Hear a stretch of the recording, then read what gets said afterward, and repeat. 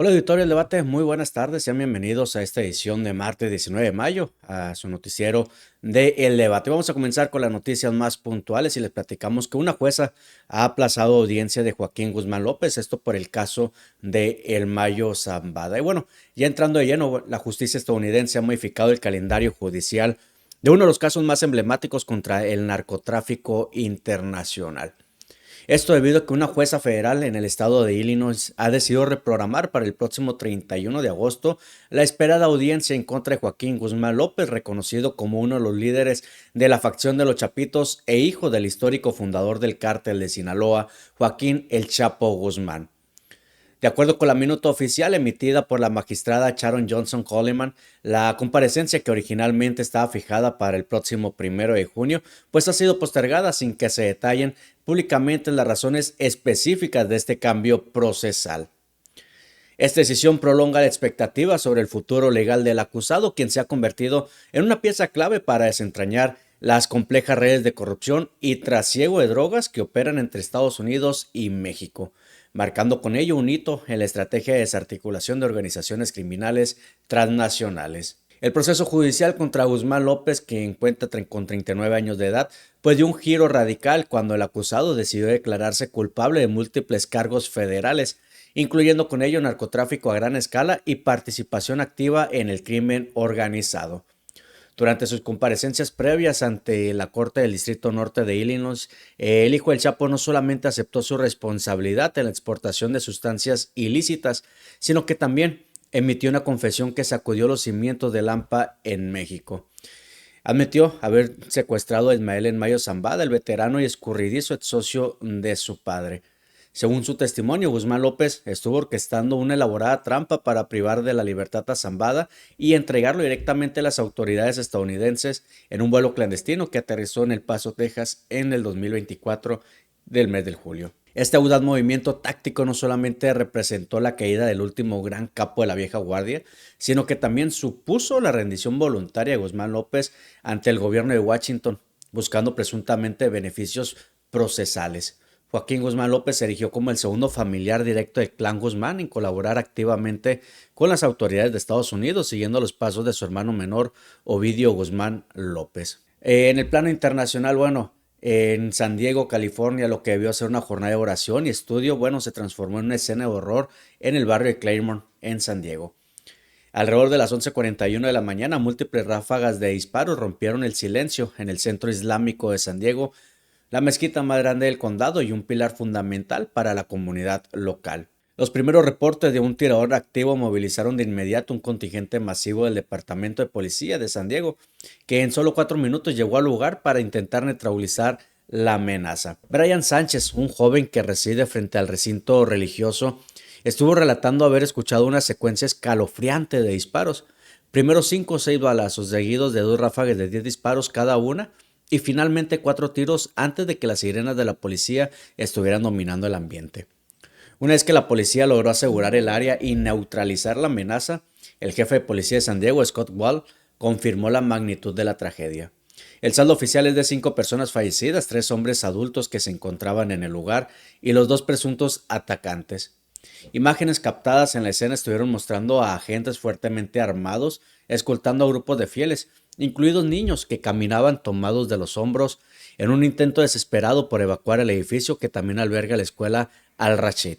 La identidad de las 3 víctimas civiles han sido confirmadas por las autoridades, quienes ya notificaron a sus respectivos familiares, aunque se ha decidido esperar unos días para revelar sus nombres de manera pública. Ante este hecho, la noticia del tiroteo de la mezquita más grande de San Diego, California, bueno, pues caló rápidamente hasta los niveles más altos del gobierno estadounidense, pues dejó como saldo 5 muertos, entre ellos 2 atacantes. El presidente Donald Trump, al ser consultado durante un acto en la Casa Blanca, bueno, calificó el ataque como una situación terrible.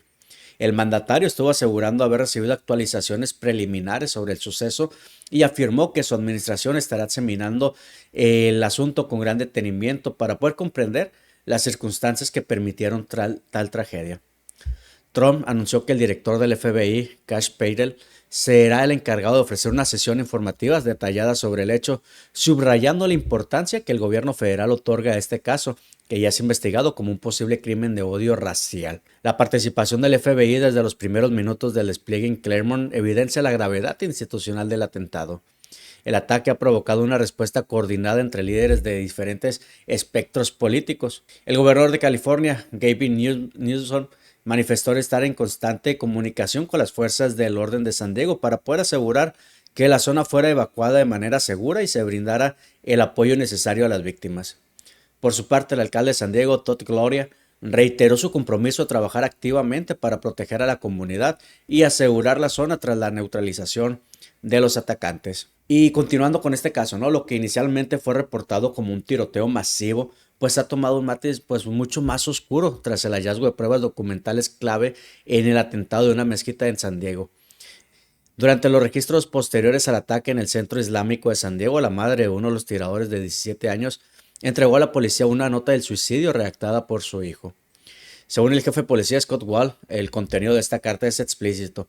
El joven dejó escritos que hacían referencia a conceptos de orgullo racial y superioridad racial. Este hallazgo ha transformado la naturaleza de la investigación. El FBI y las autoridades locales ahora manejan el caso oficialmente bajo la perspectiva de un crimen de odio, buscando determinar hasta qué punto estas ideologías extremistas impulsaron a los dos adolescentes a atacar específicamente a la comunidad musulmana en su lugar de culto pues más emblemático. La evidencia de la motivación racista no se limitó a la nota de despedida. Fuentes cercanas a la investigación citadas por medios internacionales indicaron que una de las armas utilizadas en el ataque se encontraron escritas las palabras discurso de odio. Asimismo, en el vehículo donde se suicidaron los sospechosos se localizaron otros escritos con contenidos pues islamofóbico. Estos detalles pintan el retrato de un ataque meticulosamente planeado y cargado de simbolismo violento. La combinación de la nota de suicidio mencionando la superioridad racial y las inscripciones en las armas sustraídas de la casa materna, pues refuerza la hipótesis de que el centro islámico no fue un objetivo aleatorio, sino una elección deliberada basada en el odio hacia la religión y la raza de las víctimas. Continuando con información de Estados Unidos, pues la crisis en Oriente Medio continúa generando tensión internacional luego de que el presidente Donald Trump estuviera afirmando que existen avances muy positivos en las conversaciones con Irán, aunque reiteró que Washington mantiene preparada una ofensiva militar inmediata en caso de fracasar las negociaciones. Las declaraciones del mandatario estadounidense se producen en medio de un escenario marcado por amenazas estratégicas, presión diplomática, así como también movimientos militares y volatilidad de los mercados energéticos internacionales. Trump aseguró que aliados de Estados Unidos en la región le estuvieron informando que las negociaciones con Teherán podrían derivar en un acuerdo para impedir que Irán desarrolle armas nucleares. El mandatario republicano reveló que decidió cancelar un ataque militar previsto para el martes, luego de recibir una petición de líderes de países del Golfo Pérsico. Según Trump, gobiernos aliados consideran que todavía existen pues margen para alcanzar un acuerdo diplomático con Irán y evitar una escalada militar en la región. Sin embargo, el presidente estadounidense advirtió que las Fuerzas Armadas de Estados Unidos mantienen capacidad para actuar de manera inmediata. Estados Unidos está preparado para lanzar un ataque total a gran escala contra Irán de manera inmediata en caso de que no se logre un acuerdo aceptable, señaló Trump en Truth Social. El presidente iraní Masoud Pezeshkian respondió a las declaraciones estadounidenses mediante un mensaje publicado en la red social X. El mandatario afirmó que Irán mantiene disposición al diálogo, pero sin renunciar a sus derechos soberanos. La República Islámica de Irán entabla diálogo con dignidad, autoridad y respeto por los derechos de la nación y en ningún caso renunciará a los derechos legítimos del pueblo y del país, estuvo compartiendo. Y toda esta situación con la tensión del Oriente Medio, bueno, pues ya ha afectado lo que es el precio del petróleo. El Brent supera ya los $112. Los precios internacionales del petróleo estuvieron cerrando con fuertes ganancias impulsadas por una creciente temores de la escalada del conflicto en Oriente Medio, región clave para el suministro energético mundial. El mercado petrolero reaccionó a reportes sobre tensiones diplomáticas en Estados Unidos e Irán, así como también a advertencias sobre una rápida disminución de las reservas comerciales del crudo. El barril del petróleo Brent del Mar del Norte, referencia internacional, superó nuevamente la barrera de los $112, mientras que el West Texas Intermediate estadounidense, avanzó más de 3%. Analistas señalaron que los movimientos del mercado estuvieron estrechamente ligados a reportes sobre negociaciones y tensiones diplomáticas entre Estados Unidos e Irán. En otras noticias, y pasando lo que es Venezuela, bueno, el sábado 16 de mayo le platicamos el paisaje político del país de Venezuela. Sufrió un sismo cuyas réplicas se sintieron de inmediato en los pasillos federales de Florida.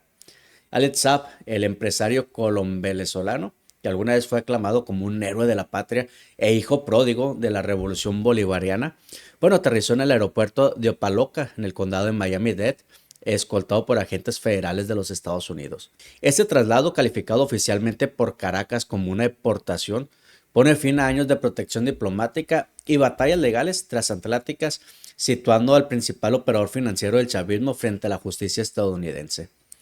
Apenas 2 días después, el pasado lunes 18 de mayo, Saab compareció ante un tribunal federal de Miami.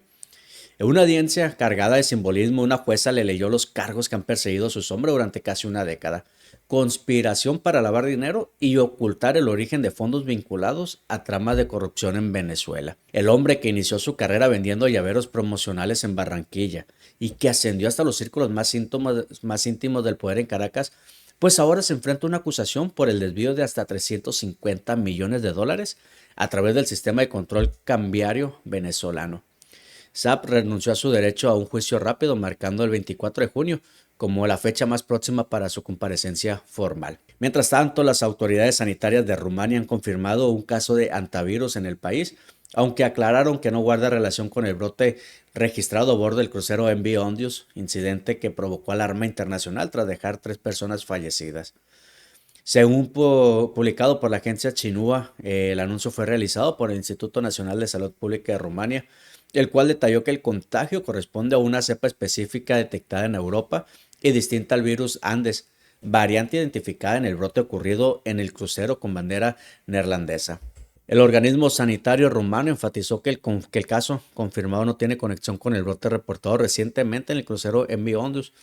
La aclaración surge luego de la preocupación internacional generada por los casos detectados en la embarcación, donde 3 personas murieron tras contagiarse con la cepa conocida como virus Andes. Especialistas señalaron que la variante encontrada en Rumania pertenece a otro grupo de antivirus presentes en Europa.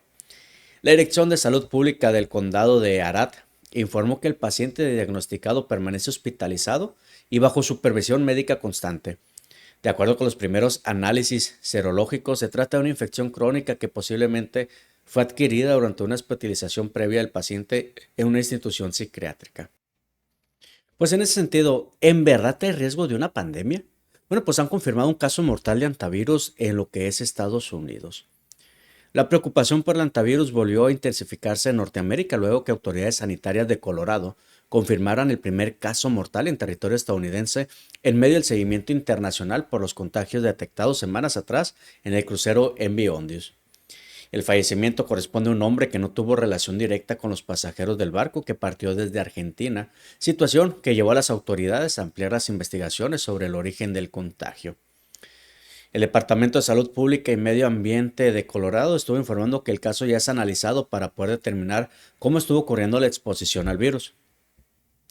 Aunque el paciente no estuvo a bordo del crucero, el reporte generó inquietud debido a la atención mundial que ha despertado recientemente el antivirus y su potencial riesgo para la salud pública.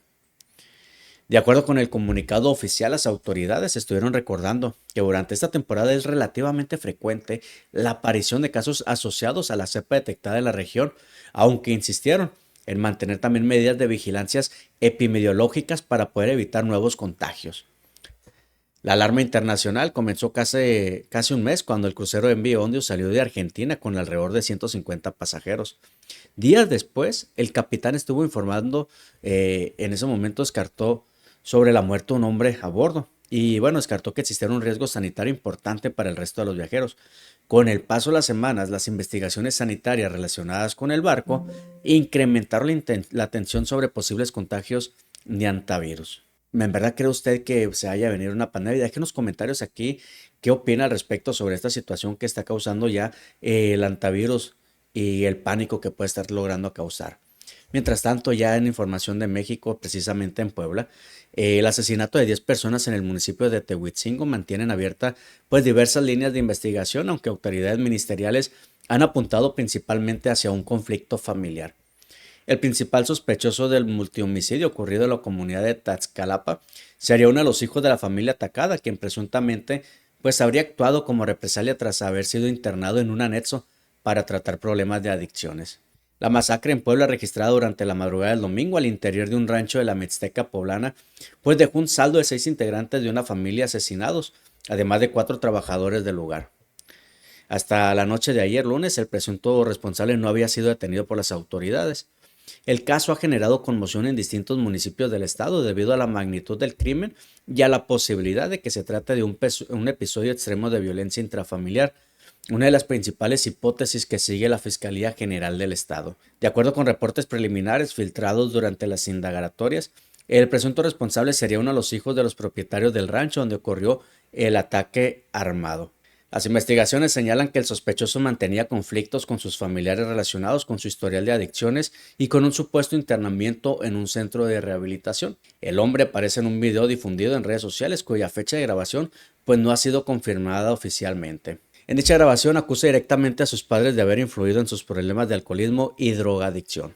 Yo no quiero volver a lo mismo, yo fui alcohólico, drogadicto por culpa de ellos, porque me obligaban a trabajar como si uno no sintiera cansancio, estuvo expresando en un material audiovisual que circula en plataformas digitales. Aunque las autoridades no han confirmado públicamente la autenticidad del video, el contenido forma parte de las líneas de análisis dentro de la investigación ministerial. En Guanajuato, un elemento de la Guardia Nacional fue asesinado a balazos dentro de la base federal ubicada en la comunidad de Cruz del Palmar, esto en el municipio de San Miguel Allende, presuntamente por parte de un compañero de la misma corporación. La víctima fue identificada oficialmente como Heriberto, quien ostentaba el grado de cabo y estaba adscrito a esa corporación federal en la región. De acuerdo con información preliminar, el presunto responsable del ataque sería un sargento segundo, también integrante de la Guardia Nacional. Tras la agresión, el sospechoso habría escapado de las instalaciones y hasta el momento permanece prófugo. Los primeros reportes indican que el cabo Heriberto se encontraba sentado sobre una litera en el área de descanso del personal cuando fue atacado con arma de fuego. Las detonaciones alarmaron a habitantes de la comunidad, quienes durante la noche estuvieron reportando disparos cerca de las instalaciones federales, situación que estuvo generando temor e incertidumbre entre la misma población. Luego de los reportes al sistema de emergencias 911 realizados por integrantes de la propia corporación, paramédicos de la Cruz Roja estuvieron acudiendo a la base para brindar atención médica al elemento herido. Este hecho estuvo provocando una intensa movilización de fuerzas de seguridad y cuerpos de emergencia en la zona, y hasta ahora las autoridades no han informado oficialmente cómo ocurrió la agresión ni cuál habría sido el móvil de este tipo de ataque. En Culiacán, la amaneció la mañana muy movida, ¿no? Porque la mañana de este martes 19 autoridades locales estuvieron localizando el cuerpo de un hombre tapado con una cobija en la colonia Emiliano Zapata en Culiacán. Este hallazgo se registró a la orilla de la calle José Rentería, en el tramo comprendido entre el bulevar Plan de Ayala y la avenida Tierra y Libertad. Fueron los propios vecinos del sector quienes al salir de sus viviendas para iniciar sus actividades cotidianas estuvieron percatando de la presencia de un bulto con silueta humana. Ante esta situación, los habitantes estuvieron marcando de manera inmediata el número de emergencias 911 para reportar dicho hecho. Alrededor de las 7:15 horas, elementos de la Secretaría de Seguridad Pública y Tránsito Municipal estuvieron arribando al sitio y confirmaron el deceso de una persona del sexo masculino. Junto a la víctima, los oficiales encontraron una cartulina que contenía un mensaje intimidatorio, cuyo contenido exacto fue reservado por las mismas autoridades. El lugar quedó bajo un estricto resguardo policial para preservar la escena. Este suceso atrajo rápidamente la atención de los residentes de la colonia Emiliano Zapata, quienes desde cierta distancia observaron las condiciones en las que fue abandonado el cadáver. Minutos después, peritos e investigadores de la Fiscalía General del Estado de Sinaloa se presentaron en la zona para hacerse cargo de las diligencias correspondientes. El acoronamiento se mantuvo durante varias horas mientras se realizaron la corrección de los mismos hechos de evidencias. Hasta el momento se desconoce la identidad de la víctima encontrada en ese sector de Culiacán. Las autoridades informaron que una vez que finalice el trabajo de campo, el cuerpo será trasladado al anfiteatro del Servicio Médico Forense. En dichas instalaciones se le están practicando ya los estudios de ley para determinar las causas exactas de la muerte y proceder a su posible notificación oficial. Este tipo de hallazgos en la colonia Emiliano Zapata refleja los desafíos de seguridad que continúan afectando a diversas zonas de Culiacán y el estado de Sinaloa. La aparición de cuerpos acompañados de mensajes intimidatorios, pues es una táctica que genera profunda preocupación entre los habitantes locales, especialmente cuando ocurren cerca de vías muy transitadas como el Boulevard Plan de Ayala. Estos eventos subrayan la necesidad de fortalecer las estrategias de prevención del delito en la capital sinaloense. Mientras tanto, también en la capital, un violento suceso se registró alrededor de las 5:58 horas cuando los residentes del fraccionamiento Santa Rocío alertaron a las autoridades sobre un ataque armado. Al llegar al lugar, elementos castrenses confirmaron el hallazgo de dos hombres que fueron privados de la vida tras ser atacados a balazos. Se sospecha que estas personas estaban por irse a trabajar cuando fueron sorprendidos por sujetos armados en este sector de la capital. Durante la inspección de la escena, los uniformados se percataron de que un hombre se encontraba sin vida boca abajo y con la cara dentro de un macetero. Al entrar a una vivienda de 2 pisos contigua al lugar, descubrieron a otro hombre más muerto, por lo que la zona quedó bajo un estricto resguardo. Elementos de la Fiscalía General del Estado se hicieron cargo de las diligencias correspondientes y levantaron cascajos de arma corta y ordenaron el retiro de los cuerpos al anfiteatro. Este doble asesinato subraya la creciente preocupación por la seguridad en la zona poniente, un área que ha documentado incidentes violentos en los últimos meses. La comunidad local del fraccionamiento Santa Rocío se mantiene en alerta, ya que estos ataques armados a primera hora del día alteran la tranquilidad de las familias y afectan también la dinámica laboral del mismo sector. Las autoridades locales han prometido incrementar los patrullajes preventivos para poder intentar disuadir la violencia en la región. Mientras tanto, han detenido a 3 civiles armados en Lomas de Tamazula, también en la capital. Elementos del grupo interinstitucional detuvieron a 3 civiles armados en el sector Lomas de Tamazula. La acción se desencadenó luego que uno de los sospechosos intentara ingresar apresuradamente a un conjunto habitacional al notar la presencia de las autoridades. Este hecho está resaltando también los esfuerzos continuos de las fuerzas de seguridad para mantener el orden en las zonas residenciales de la ciudad. De acuerdo con el reporte oficial, agentes del Grupo de Operaciones Especiales de Sinaloa, en coordinación con fuerzas federales y estatales, estaban realizando recorridos de vigilancia rutinaria. Durante este patrullaje estuvieron detectando un hombre que llevaba una pistola fajada en la cintura. El individuo aceleró el paso para refugiarse en el inmueble, pero fue interceptado rápidamente por los elementos de seguridad. Tras ampliar la revisión en la zona habitacional, los agentes estuvieron logrando la captura de 3 personas en total. Durante la intervención, las autoridades aseguraron 3 armas cortas, específicamente 2 pistolas calibre 9 milímetros y una .38 Super. Además, se confiscaron 5 cargadores y 45 cartuchos útiles que portaban los individuos al momento de su detención. El operativo fue encabezado por corporaciones de los 3 niveles de gobierno, destacando la participación de la Secretaría de Seguridad Pública del Estado de Sinaloa, así como también el Ejército Mexicano, la Guardia Nacional y la Secretaría de Marina. Los detenidos y el armamento incautado quedaron a disposición del Ministerio Público Federal.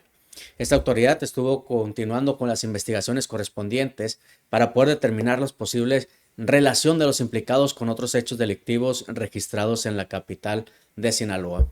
Mientras tanto, 2 mujeres sin vida y 3 personas lesionadas fue el saldo de un ataque a balazo registrado este día 18 de mayo en la colonia Emiliano Zapata al oriente de Culiacán. Las víctimas heridas son 2 hombres y una mujer, quienes resultaron lesionados tras la agresión ocurrida en las afueras de una tienda de abarrotes ubicada sobre la avenida Ejército Nacional y la calle Plan de Iguala. De acuerdo con los primeros reportes, los hechos se estuvieron registrando alrededor de las 8 horas de este día, cuando personas armadas arribaron al lugar y abrieron fuego contra un grupo de personas que se encontraba fuera del establecimiento. De manera extraoficial se informó que un comando armado habría llegado a la zona para poder perpetrar el ataque, aunque esta versión aún no ha sido confirmada oficialmente por las autoridades. Tras el reporte al número de emergencias, al sitio estuvieron acudiendo elementos del Ejército Mexicano y paramédicos de Cruz Roja, quienes brindaron atención inmediata a los lesionados.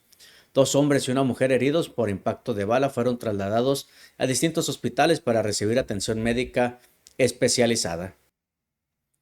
Restos óseos fueron localizados dentro de un predio cercano a la comunidad de Miravalles, al norte de Mazatlán. Esto durante una jornada de búsqueda realizada por integrantes del colectivo Tesoros Perdidos hasta encontrarlos. La organización civil estuvo informando sobre el hallazgo a través de su cuenta oficial de Facebook, donde únicamente confirmó que la búsqueda había resultado positiva. Esto sin proporcionar mayores detalles sobre las condiciones en las que encontraron los cuerpos humanos. De acuerdo con la información difundida por el colectivo, los restos correspondieran presuntamente a un hombre, aunque hasta el momento las autoridades no han confirmado oficialmente la identidad ni características adicionales de la víctima. Tampoco se detalló si la osamenta fue localizada dentro de una fosa clandestina o expuesta a la intemperie. Únicamente se indicó que el hallazgo estuvo ocurriendo en un predio ubicado en las inmediaciones de la comunidad de Miravalles. Durante las labores de búsqueda, las integrantes del colectivo estuvieron acompañadas por autoridades federales y locales, así como el personal de la Comisión Estatal de Búsqueda, quienes brindaron apoyo y seguridad durante el operativo realizado en la zona rural del municipio. Tras este hallazgo, el personal de la Dirección General de Investigación estuvo llevando a cabo el levantamiento de los restos para poder posteriormente trasladarlos al servicio médico forense, donde estuvieron iniciando los trabajos periciales correspondientes para tratar pues de identificar a la víctima mediante pruebas genéticas y análisis de ADN. Y ya para finalizar les platicamos, bueno, estuvo en Sinaloa Jorge Álvarez Maínez y bueno, él estuvo cuestionando cifras de Morena y se perfila también pues estrategia de Movimiento Ciudadano rumbo al 2027 en Sinaloa. En contexto, pues el coordinador nacional de Movimiento Ciudadano, Jorge Álvarez Maínez, criticó los niveles de aprobación atribuidos al partido oficialista y aseguró que no reflejan la realidad ciudadana. Durante una visita a Sinaloa, el dirigente mesista calificó como ofensivos los números presentados por Morena y planteó que su partido buscará construir un proyecto político con miras a las elecciones del 2027 enfocado a la participación ciudadana. Durante su intervención, Álvarez Maínez estuvo expresando dudas sobre las cifras de aprobación presentadas por el partido en el gobierno y señaló que el objetivo de una administración pues no debe limitarse a conservar el poder político. A mí me pareció ofensivo cuando la presidenta mostró esos números. Para empezar, yo no creo que estén en esos niveles, estuvo mencionando Maínez. El dirigente afirmó que cuando el interés principal de un gobierno es mantenerse en el poder, a costa de lo que sea, se pierde el propósito de representación ciudadana. También reiteró que Movimiento Ciudadano no pretende construir alianzas tradicionales entre partidos y apostará por un proyecto desarrollado con participación social. Con miras al proceso electoral del 2027, Maínez señaló que el proyecto político de Movimiento Ciudadano pues estará enfocado en perfiles de la ciudadanía. El dirigente también abordó la situación de seguridad del Estado y señaló que no debe existir una estigmatización hacia el Estado, aunque reconoció la necesidad de hablar sobre los problemas actuales. Planteó que la prioridad debe ser la protección de la sociedad y no únicamente figuras políticas o candidatos. Asimismo, indicó que empresarios, periodistas y otros sectores también enfrentan riesgos derivados de situaciones de violencia y extorsión. Aunque las elecciones estatales aún se encuentran a distancia, partidos políticos y actores públicos pues comienzan a delinear proyectos, alianzas y posibles perfiles para futuros procesos electorales. En entidades como Sinaloa, donde temas como seguridad, economía y desarrollo regional mantienen presencia constante en el debate público y los posicionamientos políticos suelen anticipar escenarios de competencia electoral. Durante su visita a Sinaloa, Jorge Álvarez Maínez manifestó solidaridad también con Sergio Torres y su familia por su estado de salud. Y bueno amigos, esta es la información más relevante que se ha dado a conocer en las últimas horas. Nosotros los invitamos a que se suscriban y estén atentos a todos nuestros canales de noticias para seguirle brindando mayor información acerca de todo lo acontecido.